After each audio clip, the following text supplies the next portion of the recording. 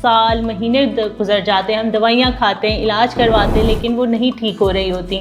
जो कह लें दर्दें हमारी ज़िंदगी का हिस्सा बन जाती हैं। फ्रैक्चर वाले पेशेंट ऐसे हैं कि जो डायरेक्टली लैंड करते हैं, वरना ज़्यादातर पेशेंट ऐसे होते हैं कि दूसरे सिटी से आ रहे हैं। नॉन मेडिकल टर्म में फ्रोजन शोल्डर कहते हैं और मेडिकल टर्म में एडहेसिव कैप्सुलाइटिस कहते हैं। मेरा ये प्रॉब्लम, उसने कहा मैंने एक इंजेक्शन लगवाया था, पहले मैंने ये दवाइयाँ कहीं पर इंजेक्शन लगाया, उससे अच्छा हो। उन्हें बता दें कि आप जहाँ भी आपके करीब फिजियोथेरेपिस्ट हैं अच्छे, आप उनसे फिजियोथेरेपी की रूटीन फॉलो करें। अस्सलाम वालेकुम, उम्मीद करती हूँ आप सब लोग खैरियत से होंगे। पेन रिलीफ सीरीज़ के आज के एपिसोड में हम आपको वेलकम करते हैं। मैं हूँ डॉक्टर अरूज और आज के इस एपिसोड में हम आपके साथ बहुत पुरानी जिस्मों में होने वाली दर्दों के बारे में डिस्कस करेंगे। आज के एपिसोड में हमने सिर्फ जिस्म में दर्दें तो बहुत वजूहात की वजह से होती हैं, लेकिन जो दर्दें जिनको 3 हफ्ते से 4 हफ्ते गुजर जाते हैं, साल महीने गुजर जाते हैं, हम दवाइयाँ खाते हैं, इलाज करवाते हैं, लेकिन वो नहीं ठीक हो रही होती। जो कह लें दर्दें हमारी ज़िंदगी का हिस्सा बन जाती हैं, तो उनके बारे में उनको हम कहते हैं क्रॉनिक पेन। आज हम के एपिसोड में हम हमारे ऑर्थोपेडिक सर्जन डॉक्टर जवाद से, thank you so much doctor Javad आपने ज्वाइन किया, किस के ज़रिए जानते हैं कि क्रॉनिक पेन्स क्या हैं, क्यों होती हैं। और आज एक पर्टिकुलर पेन को इस सिलसिले में हमने लिए है और वो है शोल्डर की पेन के बारे में, कि वो क्यों होती है, क्या वजह है। As an orthopaedic, as a physiotherapist हम इसमें क्या किरदार अदा कर सकते हैं। Thank you so much doctor Jawad.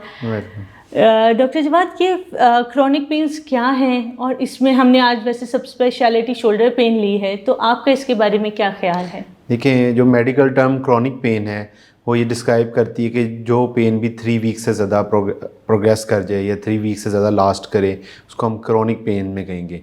या ऐसी पेन जो पहले भी मौजूद थी, फिर सेटल डाउन हुई, फिर रिकरर होगी, दोबारा आ गई, तो इसे हम क्रॉनिक पेन्स में कंसीडर करते हैं। एक्यूट, इसके ऑपोजिट टर्म है एक्यूट पेन, जो कि शॉर्ट टर्म यानी कोई रिसेंटली इंसिडेंट हुआ है, लेस देन 3 वीक्स उसकी पेन है, तो वो एक्यूट पेन में कंसीडर होती हैं। तो क्रॉनिक पेन्स असल में शो करती हैं कि बॉडी के अंदर कोई परमानेंट डैमेज है टिश्यूज़ में, मसल्स में, बोन्स में, जिसकी वजह से वो पेनफुल है और वो अमूमी तौर पे रेस्ट या नॉर्मल प्रिकॉशंस करने से या नॉर्मल रेमेडीज़ करने से ठीक नहीं हो रहा। और इस सिलसिले में तो हमारी मतलब कोई भी दर्द जो कि 3 हफ्ते से ज़्यादा है, हम उसको क्रॉनिक पेन के लेंगे। अच्छा, इसमें शोल्डर पेन के बारे में हम बात करते हैं तो आगे आगे मौसम भी सर्दियों का आ रहा है। सर्दियों में वैसे भी दर्दें जो बॉडी की पेन्स होती हैं वो ज़्यादा हो जाती हैं, तो शोल्डर पेन क्या है, क्यों होती है, थोड़ा सा इसके बारे में गाइड करें। शोल्डर बॉडी में एक लार्ज जॉइंट है एज़ कम्पेयर टू बॉडी के अदर जॉइंट्स। इसकी थोड़ा स्ट्रक्चरल डिफरेंस है। हमारे पास नी जॉइंट, हिप जॉइंट है, मेजर जॉइंट्स, उनमें बोन्स का रोल ज़्यादा है। शोल्डर इससे ऑपोजिट ऐसा जॉइंट है जिसमें सॉफ्ट टिशू यानी कि मसल्स, लिगामेंट्स और कैप्सूल का रोल ज़्यादा है उसकी स्टेबिलिटी में।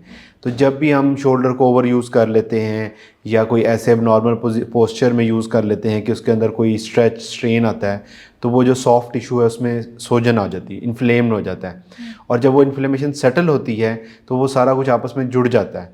ये कॉमन पैथोलॉजी है जिसे आम में नॉन मेडिकल टर्म में फ्रोजन शोल्डर कहते हैं और मेडिकल टर्म में एडहेसिव कैप्सुलाइटिस कहते हैं, यानी कैप्सूल एडिशंस बन जाती हैं। जो एडिशंस हमारी बन जाती हैं, तो आजकल देखा जाए तो कोई एक घर छोड़ के दूसरे घर में ये इशू आ रहा होता है, शोल्डर पेन आई होती है, नेक पेन, तो आधे से ज़्यादा बंदे खुद ही डॉक्टर बने होते हैं कि हमने उन डॉक्टर को चेक कराया था, हमें ये दवाई खा लेनी चाहिए। तो सेल्फ मेडिकेशन का इसमें क्या रोल है?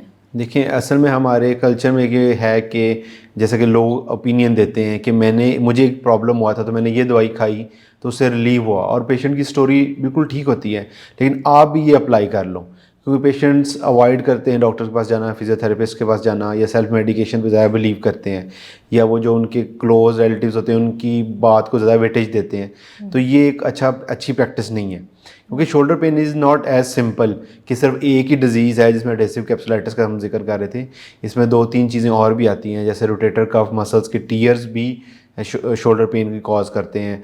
बहुत एडवांस्ड स्टेज पे आर्थराइटिस भी आ जाता है, यानी बहुत लॉन्ग टर्म कोई डिजीज़ रहे तो आर्थराइटिस भी डेवलप होता है। उसके अलावा नेक पेन का आपने जिक्र किया, तो नेक पेन भी शोल्डर में रेडिएट करती है, मतलब कॉज ऑफ पेन जो है ना नेक से है, लेकिन वो शोल्डर की तरफ जाती है। तो इस केस में कुछ लोग होते हैं स्टीरॉइड्स के इंजेक्शंस भी लगवाते हैं, तो उसका स्टीरॉइडल इंजेक्शन का क्या रोल आता है? देखिए, अगर तो हम रोटेटर कफ की इंजरी की बात करें तो उसमें स्टीरॉयड का कोई रोल नहीं है, मतलब उसमें स्टीरॉयड से कोई एडवांटेज नहीं होता।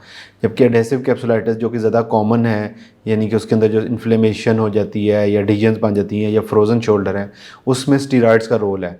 अगर मैं अपनी क्लिनिकल प्रैक्टिस या अपने सीनियर्स की प्रैक्टिस को देखूं तो फर्स्ट स्टेज पे हम सिर्फ मेडिसिन और फिजियोथेरेपी एडवाइस करते हैं। अगर उससे अनसक्सेसफुल होता है तो सेकंड लाइन में हम स्टीरॉयड के इंजेक्ट करते हैं, जिससे वो स्टीरॉयड एक एंटी इन्फ्लेमेटरी ड्रग है, बहुत स्ट्रॉन्ग एंटी इन्फ्लेमेटरी है।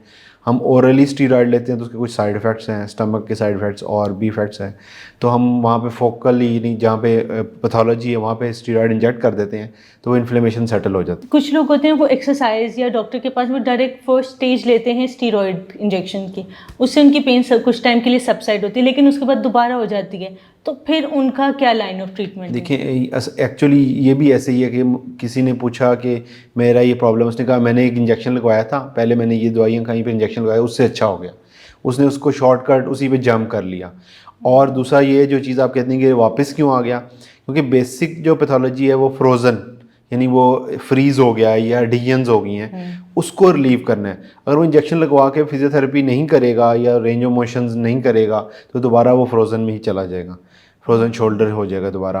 तो बेसिकली ये जो ट्रीटमेंट है ना, हमें तो उस पर करना था ना। स्टीरॉयड ने तो इन्फ्लेमेशन सेटल की ताकि वो रेंजेस अच्छी कर सके, मूवमेंट अच्छी कर सके, तो अगर उसने ये सारा कुछ नहीं किया, सिर्फ स्टीरॉयड इंजेक्शन लगा के कुछ दिन का उसका टेम्प्रेरी रिलीफ ले लिया, तो दोबारा एडिशंस बन जाएंगे। इसमें बहुत आपने अच्छे से एक्सप्लेन किया कि आपने स्टीरॉयड इंजेक्शन लगा लिया तो आप ये कहें कि मैं अब एक्सरसाइज नहीं करूँगा या करूँगी तो सब ठीक हो जाएगा, ऐसा नहीं है।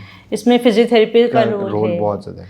अच्छा, और इसके साथ साथ जो कुछ लोग आते हैं वो कहते हैं हीटिंग करनी चाहिए, आइसिंग नहीं करनी चाहिए, इसके बारे में आपका क्या ओपिनियन है? कि शोल्डर को कहते हैं कि हमारे डॉक्टर ने कहा था कि आइसिंग नहीं करते, कोई कहते हैं हीटिंग नहीं करते। ये देखिए, ये एक चीज़ है जिसमें बहुत ज़्यादा कंट्रोवर्सीज है पेशेंट्स के लिए भी, इवन कि कुछ डॉक्टर्स की भी। जब तो एक्यूट इवेंट हुआ है, जैसे कि अभी शोल्डर पे पेन स्टार्ट हुई है या कोई शोल्डर स्प्रेन हो गया है या कोई ज़ोर वाला काम कर लिया है, अभी आप चाह रहे हैं कि कोई बहुत लॉन्ग टर्म कॉन्सिक्वेंसेज ना आए, तो आपको आइसिंग करनी है। लेकिन अगर आप डिसीजंस डेवलप कर चुके हैं या आपका फ्रोज़न शोल्डर हो चुका है, तो ऑब्वियसली जैसे उसको एक नॉन मेडिकल टर्म में फ्रोज़न किया हुआ है, टर्म दी है, तो ऑब्वियसली उसे वार्म करेंगे तो वो डीप फ्रीज़ होगा ना, या उसको हॉट पैक्स यूज़ करने हैं ताकि उसकी मोबिलिटी बढ़े। मतलब आपने एक्यूट स्टेज में जो आपने बताई 3 हफ्ते से कम है, उसमें आइसिंग कर सकते हैं। यानी कि आपको पता चला है कि आज मैंने ये जो काम किया है इससे मुझे कंधे में दर्द निकल आया है, या मैंने किसी चीज़ को बहुत ज़्यादा वजनी उठा लिया है, गिरते हुए अपने आप को बचाने के लिए कोई चीज़ ग्रिप कर ली है, कोई ज़ोर वाला काम कर लिया और मुझे कंधे में दर्द स्टार्ट हो गई है, तो अब आइसिंग का रोल है। लेकिन एक दफ़ा आपको पता चला कि ये मेरा बहुत 1 माह पहले कुछ ऐसा इवेंट था, 1 माह से दर्द रह रही है, तो अब जाके रोल आ जाएगा हीटिंग का। अब यहाँ पे हीटिंग का मतलब क्रॉनिक स्टेज पे आप हीटिंग। बहुत अच्छे से डॉक्टर जवाद ने एक्सप्लेन किया है कि ये मुझे भी बहुत आसान लगी और बहुत अच्छा अपने अल्फाजों का चुनाव किया है कि फ्रोज़न एक चीज़ फ्रीज़ है तो उसको हम हीट अप करेंगे। अच्छा डॉक्टर जवाद, ये जो अगर हम जब हमारे पास क्रॉनिक पेन के साथ एक पेशेंट आता है, तो ये बहुत ज़्यादा, आप घुरकी में काम करते हैं, आपके पास थाउजेंड्स ऑफ पेशेंट्स हैं जो कि आप देख रहे हैं, तो आपके एक्सपीरियंस में पेशेंट की ना बहुत अनरियलिस्टिक एक्सपेक्टेशंस अपने डॉक्टर के साथ या अपने सर्जन के साथ डेवलप हो जाती हैं कि मेरा ये डॉक्टर है, ये जादू की छड़ी करेंगे और मैं ठीक हो जाऊंगा। तो इसके बारे में थोड़ी पेशेंट एजुकेशन की ज़रूरत है, तो आप इसके बारे में क्या कहेंगे? इसके बारे में यही गाइड करना चाहूँगा। हमारे पास घुरकी एक बहुत बड़ा ऑर्थोपेडिक सेंटर है, स्पाइन सेंटर है, वहाँ रेफर्ड पेशेंट आते हैं। रेफर्ड पेशेंट मीन्स कि किसी ऑर्थोपेडिक सर्जन ने या किसी पेशेंट ने उनको रेफ़र किया था हमारे पास, तो यूजुअली वो क्रॉनिक स्टेजेस के ही पेशेंट होते हैं। सिर्फ फ्रैक्चर वाले पेशेंट ऐसे हैं कि जो डायरेक्टली लैंड करते हैं, वरना ज़्यादातर पेशेंट ऐसे होते हैं कि दूसरे सिटी से आ रहे हैं और दूसरे प्रोविंसेस से भी आ रहे हैं, उन्होंने किसी ना किसी को पहले दिखाया होता है, ट्रीटमेंट लिया होता है, तो उनकी एक्सपेक्टेशन तो यही होती है कि एक बड़े सेंटर में जा रहे हैं तो शायद 1 आधे दिन की दवाई से या 1 वीक की मेडिसिन से रिलीफ होगा। क्रॉनिक पेन एक्चुअली डिस्क्राइब ही ये कर रही है कि अंदर एक ऐसी कॉज है जो सेटल डाउन नहीं हो रही, क्योंकि बॉडी खुद इटसेल्फ भी हील करती है अपने आप को। तो अगर तो कोई एक माइनर चीज़ होती तो बॉडी ने विद इन 2 वीक्स ही अपने आप को या 3 वीक्स हील कर लेना था। तो क्रॉनिक पेन का मतलब यही है कि अंदर एक कॉज है, या मेडिकली टर्म में कहेंगे पैथोलॉजी है, जो कि सेटल डाउन नहीं हो रही, यानी जो इसका रेमेडी नहीं हो पा रही, इसलिए वो पेनफुल है अभी तक। तो पेशेंट को ये सोचना चाहिए कि अगर ऐसी चीज़ है जो बॉडी खुद से सेल्फ नहीं हील कर पा रही, तो डॉक्टर की मेडिकेशन भी एक दिन में उसे मैजिकली नहीं हील करेंगी, इट विल टेक टाइम। और ना सिर्फ वो मेडिसिन यूज़ करें, प्रिकॉशंस बताते हैं हम वो करें, फिजियोथेरेपी से एडवाइस करते हैं तो वो करें, ये तीनों चीज़ों के कॉम्बिनेशन से अमूमन क्रॉनिक पेन सेटल डाउन होती है। और वो भी विद इन वीक्स नहीं, it takes time. Doctor Javad, आपकी अगर हम आपके सेटअप की बात करते हैं तो आपके पास जब एक शोल्डर पेन का पेशेंट आता है तो आप उसको कैसे लेकर चलते हैं? जब हमारे पास शोल्डर पेन का पेशेंट आता है तो फर्स्ट लाइन में हम उसको मेडिकल ट्रीटमेंट और फिजियोथेरेपी ऑफर करते हैं कि आप ये मेडिसिन यूज़ करें। स्पेसिफिकली हम फ्रोज़न शोल्डर की बात कर रहे हैं, और फिर फिजियोथेरेपी करें। फिजियोथेरेपी सेंटर भी हमारे हैं, और उसके अलावा हम उन्हें बताते हैं कि आप जहाँ जहाँ भी आपके करीब फिजियोथेरेपिस्ट हैं अच्छे, आप उनसे फिजियोथेरेपी की रूटीन फॉलो करें, क्योंकि फ्रोज़न शोल्डर तो एक कॉमनली ट्रीटेड फिजियोथेरेपी डिजीज़ है। जब इसके बाद भी वो कहता है कि मेरी पेन सेटल डाउन नहीं हुई या फेलियर हुआ है, तो फिर सेकंड लाइन पे हम उसको ओपीडी आउट पेशेंट डिपार्टमेंट में हम उसको स्टीरॉयडल इंजेक्शन लगाते हैं, और फिर उसको दोबारा फिजियोथेरेपी और मेडिकेशंस पे रखते हैं।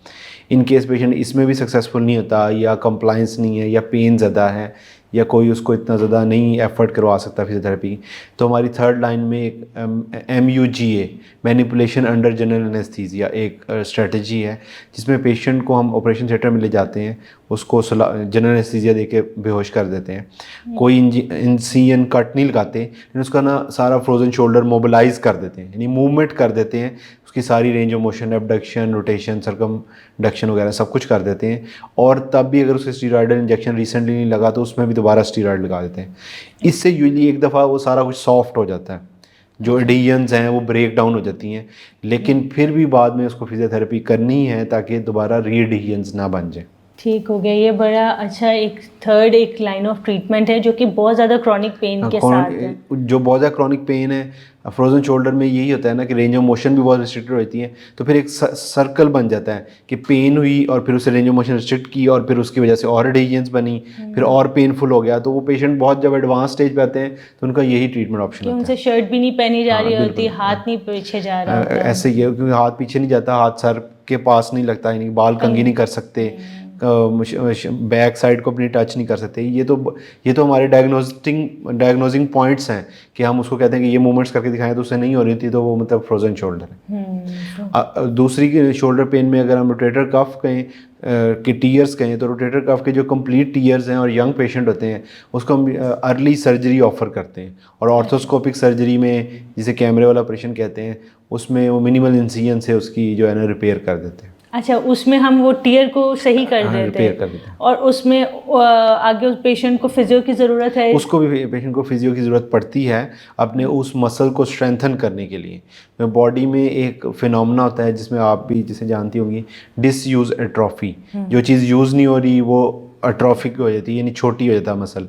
तो शोल्डर के मसल्स में बहुत कॉमन है, अगर तो वो टीयर के साथ क्रॉनिकली आया है तो उसकी एट्रोफी होकर फैटी डीजनरेशन हो जाती है, यानी मसल की जगह फैट रिप्लेस कर देता है। तो मसल को रिपेयर करने के बाद उसे स्ट्रेंथन करना भी ज़रूरी है।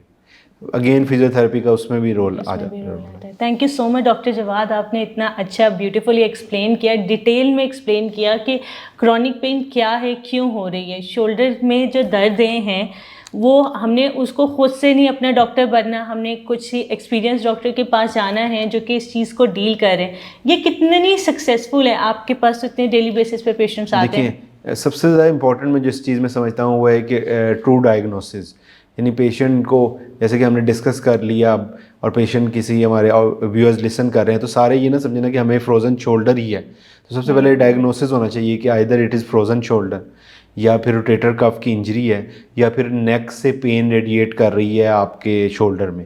तो अगर आप इन तीनों चीज़ों में वेल डिफरेंशिएट कर लेते हैं तो फिर उसका ट्रीटमेंट तो बहुत इजी है, हर चीज़ का स्पेसिफिक ट्रीटमेंट है। सबसे ज़्यादा चीज़ ये होता है कि मिस डायग्नोज हो गया है, पेशेंट ने खुद ही एज्यूम कर लिया क्योंकि मेरे कज़न को फ्रोजन शोल्डर था तो मेरा प्रॉब्लम भी फ्रोजन शोल्डर है, तो वो उस वाली मेडिकेशन यूज़ करता रहेगा जो कि फ्रोजन के लिए ना, एज़ कम्पेयर टू जो उसे और प्रॉब्लम भी हो सकती है। बिल्कुल, लाइक सही डायग्नोसिस होना ज़रूरी है। हर दर्द फ्रोजन शोल्डर नहीं है। शोल्डर नज़र क्या आएगा कि अपेरेंटली है कि शोल्डर में दर्द है, लेकिन उसके पीछे तीन वजूहात हो सकती हैं। तीन मेन वजूहात हैं, और भी रेयर कॉजेज़ भी हैं, लेकिन तीन मेन वजूहात ये हैं। और इसका आपको बेहतरीन पता चलता है अपने स्पेशलाइज्ड डॉक्टर के पास जाके, ऑर्थोपेडिक सर्जन के पास जाएं, फिजियोथेरेपिस्ट के पास जाएं फर्स्ट प्लेस पे, ताकि वो आपको सही डायग्नोज करके बताएं कि ये मसला है और इस तरीके से ये ठीक होना है और आप उसके अकॉर्डिंगली एक्शन लें। मुझे उम्मीद है आज की इस एपिसोड से आपको फ़ायदा होगा। कोई आपका क्वेश्चन हो तो काइंडली हमसे कमेंट सेक्शन में ज़रूर पूछें। आपको डॉक्टर की डिटेल्स चाहिए वो भी हमारी डिस्क्रिप्शन में मौजूद हैं। उम्मीद है आज की इस एपिसोड से आपको फ़ायदा होगा। Thank you.